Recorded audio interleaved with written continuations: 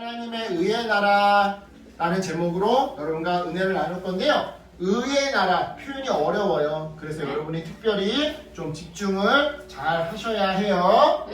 자, 여러분 몇 년 전 러시아의 한 게스트하우스에서 불이 난 적이 있었어요. 불이 난 적이 있었어요. 러시아, LA가 아니라. 당시 그 게스트하우스에는요 여러 나라에서 온 다양한 여행객들이 잠을 자고 있었는데요. 화재로 인해 그 모든 사람들이 전부 불에 타 죽을 위기에 놓였던 거죠. 그런데 그때 어떤 한 여행객이요 용기를 발휘해서 지혜를 발휘해서 숙소에서 자고 있던 사람들을 구해내기 시작했는데요. 이 과정에서 이 사람은요 심각한 부상을 입게 되었어요. 하지만 덕분에 많은 사람들을 구할 수 있었기 때문에 이 부상은 영광의 상처와 같았죠. 그렇다면 여기 질문. 여러분 이날 이 화재 속에서 다른 사람들의 목숨을 구한 이 사람은 어느 나라 사람이었을까요? 한국 사람이었어요. 바로 한국 사람이었어요. 그래서 한국 정부는요 이 사람을 일단한테 있다가 이 사람을 너무나도 자랑스럽게 여긴 나머지 정부에서요 이 사람을 의상자로 선정하고 큰 돈을 보상금으로 주기까지 했는데요. 자, 한 대기업은요 이 사람을요 의인으로 선정해서 기업에서 상을 주기까지 했는데요. 이처럼 유명해진 이 사람은요 이후에 책을 내고요 강연도 다니게 되었어요. 즉 사람들을 구하느라 얻은 이 부상 덕분에 부와 명예를 얻게 되었던 거죠. 그런데요 놀라운 반전이 일어났어요. 뭐요? 어느 날 이 사람이요 경찰에 구속되었던 것이죠. 말도 안 된다고. 말도 안 되는 게 진짜로 거짓말이 아니라. 그렇다면 여기서 질문. 이 사람은 왜 경찰서에 잡혀갔던 걸까요?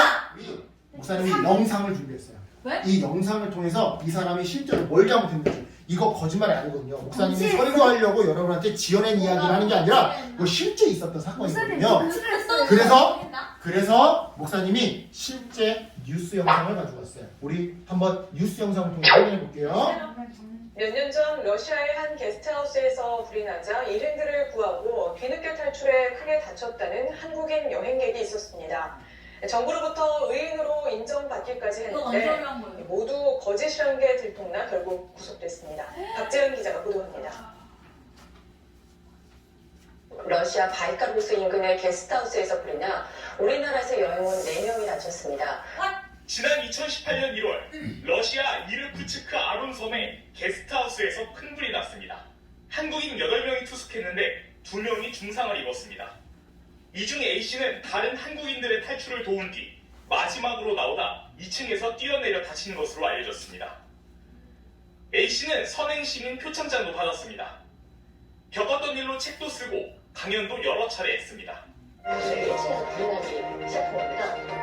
다른 방에 들어가서 그분들의 생존력으로 확인하고 같이 탈출하려다 보니까 제가 제일 마지막이었어요. 그런데 빠져나오지 않았을까? A씨는 의상자 5급으로 선정돼 1억 2천여만 원의 보상금을 받았고 1억 2천만 원. 대기업으로부터 의인상도 받았습니다. 하지만 그의 행적이 완전히 거짓이라는 익명의 제보로 경찰 수사가 시작됐습니다.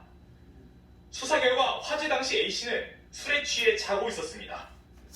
다른 일행이 A씨를 깨웠지만 이미 불이 크게 번진 상태라 A씨는 창문으로 뛰어내렸던 겁니다. 여행자 보험에 가입하지 않아 치료비를 못 받게 되자 A씨의 거짓말이 시작됐습니다. 일행들에게 가짜 진술서를 쓰게 했고 이 진술서를 정부에 제출해 의상자로도 인정받게 된 겁니다. 법원은 A씨에 대해 징역 2년을 선고하고 법정 구속했습니다. 법원은 스스로를 영유아하고 이를 이용해 영리행위를 하려 했는데도 전혀 반성하지 않고 있다고 A씨의 행태를 지적했습니다. SBS 박재현입니다.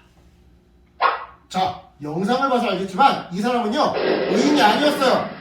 거짓말로 자기를 의롭다고 포장하고 말하고 다닌 가짜의 거짓 의인이었던 것이죠. 그런데 여러분 오늘 본문에도요 이와 같은 가짜 의인이 등장하는데요. 과연 누구일지 그리고 예수님이 설명해 주시는 진짜 참된 의미의 의인이란 어떤 사람일지 우리 본문 속으로 이제 한번 들어가 볼게요.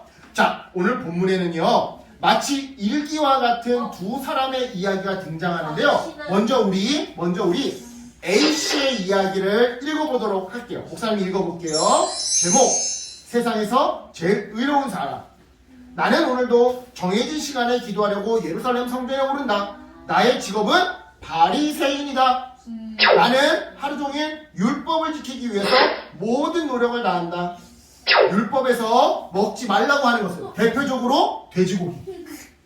율법에서 먹지 말라고 하는 것들은 절대로 먹지 않고, 율법에서 가지 말라고 하는 곳에도 나는 절대로 가지 않는다. 나는 오늘도 기도한다. 이렇게 말이다. 하나님, 저기 남의 것을 뺏는 사람들, 불의한 사람들, 나쁜 짓 하는 사람들, 거짓말하는 사람들, 말 안 듣고 장난치는 사람들, 저는 저 사람들과 다릅니다. 저 세리 보이시죠? 특별히 저 세리 보이시죠? 세리. 저는 저 세리처럼 남의 돈을 가져가지도 않습니다. 또한 일주일에 2번씩이나 금식하면서 기도도 한답니다. 또한 꼬박꼬박 헌금도 11조도 빼먹지 않고 드리고 있지요. 저는 정말 당당한 의인입니다. 하나님께서 이런 나를 보시면 얼마나 기특해 하실지 생각만 해도 내 자신이 참 자랑스럽다. 나는 세상에 제일 의로운 사람이다. 자, 우리 어진이가 다 거짓말 이랬는데 거짓말이 아니에요. 응? 예수님 시대 때 바리새인은 진짜 이렇게 얼굴 살았어요. 뭔가 사악하게 생겨가지고 얼굴. 자, 사악하게 생겨서 그렇게 오해할 수도 있지만 예수님 시대 때 바리새인은요 진짜 이대로 살았어요. 율법을 하나도 어긴 적이 없어요. 여러분, 이 A씨는요 다시 얘기하지만 바리새인이었어요. 스스로 남들과 구별된 자라고 여기면서 아주 정결하게 그리고 아주 의롭게 산다고 스스로를 자부하는 사람이었죠. 따라서 이 사람이 자기의 의로움은, 자기의 정의로움의 정도를 자기 스스로 점수 매긴다면 아마 100점 만점에 거의 99점을 줬을 것 같은데요. 그렇다면 이어서 우리 두 번째 인물인 B씨의 이야기를 한번 읽어볼게요. 자, 제목, 나는 의로워질 수 있을까? 나는 부족하지만 오늘도 하나님께 기도드리러 성전에 오른다. 고개를 들어 저 멀리 하늘만 바라봐도 난 참 부끄럽다. 나는 얼마나 큰 죄인이란 말인가. 나는 세리로서 사람들에게 세금을 걷어서 로마에 갖다 바친다. 사람들은 이런 나를 보며 손가락질하고 도망치거나 피한다. 나는 오늘도 가슴을 치며 조용히 기도한다. 하나님, 염치 없이 하나님께 기도하는 저는 큰 죄인입니다. 저의 죄가 너무 커서 감히 하늘을 올려다보지도 못하겠습니다. 저는 이곳 성전에 올 자격도 없는 사람입니다. 그러니 제발 저를 불쌍히 여겨주소서.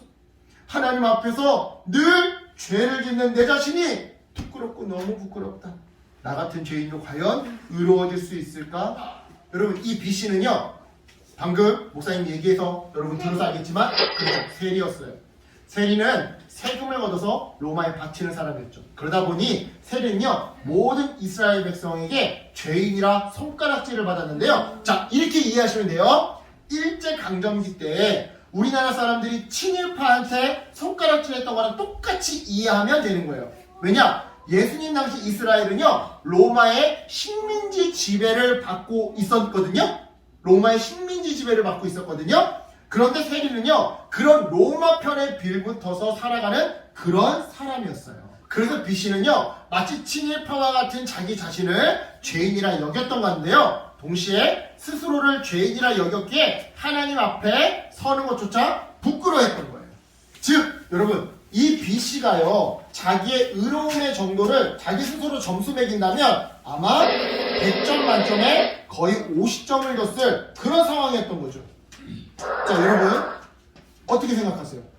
스스로를 100점 만점에 99점이라고 생각하는 A씨와 스스로를 100점 만점에 50점이라 생각하는 B씨, 이 두 사람 중에 누구의 삶이 더 의롭다고 생각하세요? B씨? B씨? 당연히 에이스죠. 당연히 A씨지. 당연히 A씨지.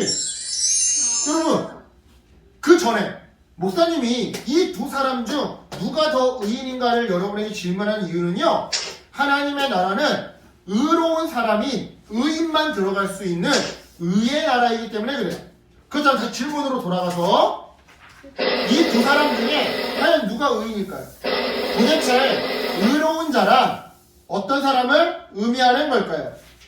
사실 우리들의 눈에는요, 반복해서 죄를 짓고 남들도 그리고 나도 나 자신을 죄인이라고 여기는 이 B씨보다 꼬박꼬박 금식도 잘하고 11조도 한 번도 빼먹지 않고 헌금도 빼먹지 않고 남들도 나도 나 자신을 의롭다고 율법을 하나도 빠뜨리지 않고 다 지키며 살아가는 이 A씨가 더 의로워 보일 거예요.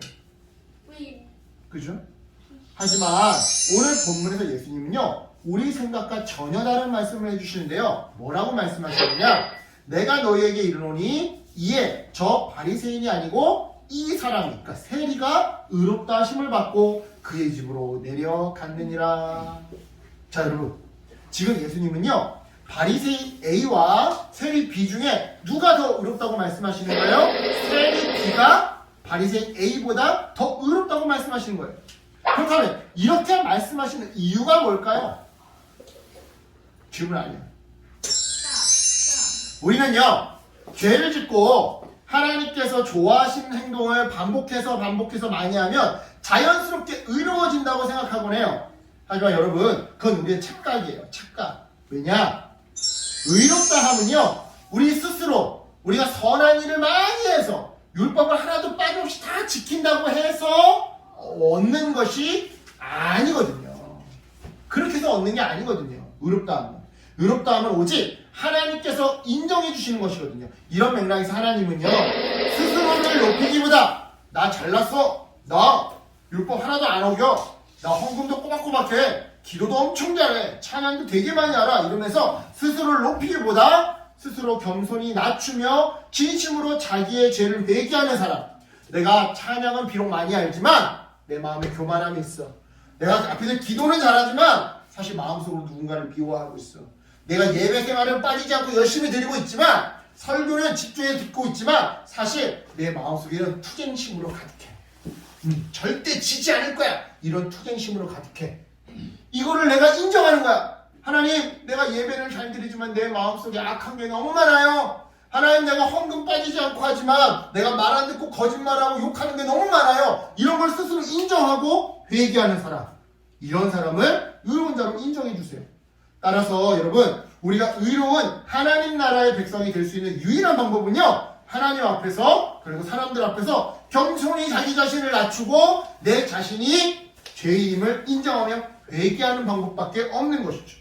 더 쉽게 이야기해 볼게요. 더 쉽게 바리새인처럼 막 남들과 비교하면서, 옆 사람과 비교하면서, 뭐 동생과 비교하면서, 또는 뭐 친구와 비교하면서, 또는 언니, 오빠, 형, 누나와 비교하면서 내가 저 사람보다 죄를 덜 지었어요. 그러니까 나는 의로워요. 하나님 보세요. 내가 동생보다, 언니보다, 동생보다, 형보다, 동생보다 내가 죄 덜 지었어요. 내가 공부도 좀 더 잘하고요. 내가 나쁜 짓도 좀 덜 했고요. 말도 좀 더 잘 들어요. 그러니까 내가 의롭죠?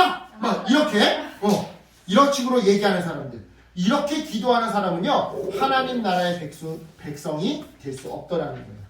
오히려 반대로 세리처럼 하나님, 저는 죄인이에요. 겉으로 보면 착한 것 같지만 내 마음속에는 미움도 많고 불평도 많고 욕도 많고 막 그래요. 누굴 원망하는 마음도 많아요.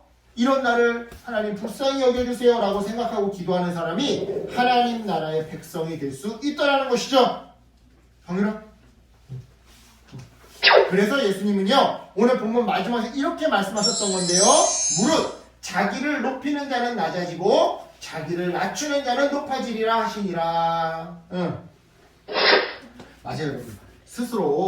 우리는요, 스스로 나 자신을 높이기보다 하나님께서 높여주시는 삶을 살아야 해요.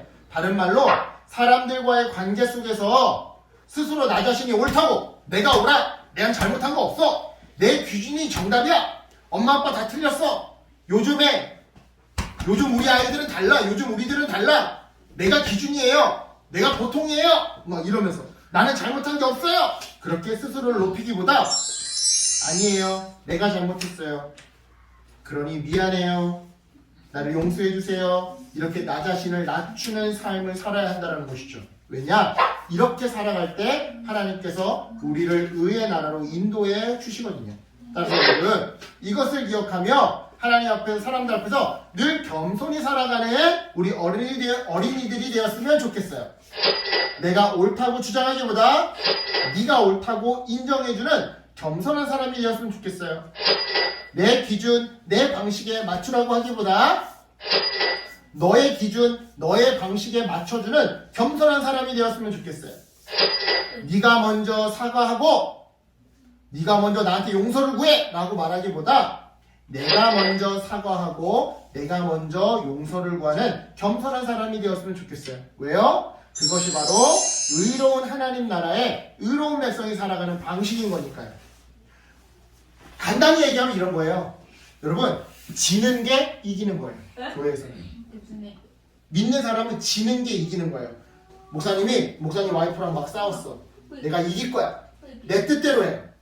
오늘 저녁 메뉴도 내가 먹고 싶은 거 먹고 내일 여행 갈 때도 내가 가고 싶은 곳으로 가고 내 뜻대로 해. 내 말이 오라! 이거는 예수님을 믿는 하나님 나라 백성의 삶이 아니에요. 져주는 거예요. 너가 먹고 싶은 거 먹자. 너가 가고 싶은 데 가자. 너가 이게 불편했구나. 그러면 너의 뜻대로 하자. 여러분, 이게 지는 게 이기는 삶이고 이게 바로 하나님 나라 백성의 삶인 거예요. 물론 이와 같은 삶이 쉽지 않아요. 너무 이상적일 수도 있어요. 때로는 억울할 때도 있어요. 이거 암만 생각해도 내가 옳은데 내가 왜 먼저 사과해야 되지? 내가 잘못한 게 하나도 없는데 내가 공평하고 내가 정의로운데 왜 내가 잘못했다고 해야 되고 양보해야 되고 내가 머리를 숙여야 되지? 그럴 때가 있을 수도 있어요. 하지만 하나님 앞에서 우리의 실수와 우리의 죄악과 우리의 연약함과 우리의 그런 부족함을 솔직하게 인정하고 고백할 때 하나님은요 성령님을 보내줘서 우리를 위로하고 안아주세요. 하나님, 난 너무 속상해요.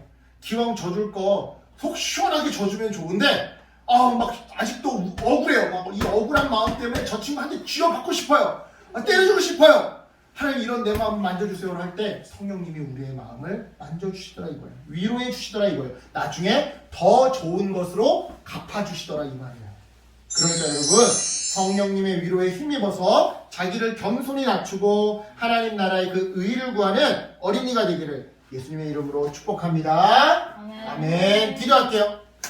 하나님 감사합니다. 오늘도 우리 어린이들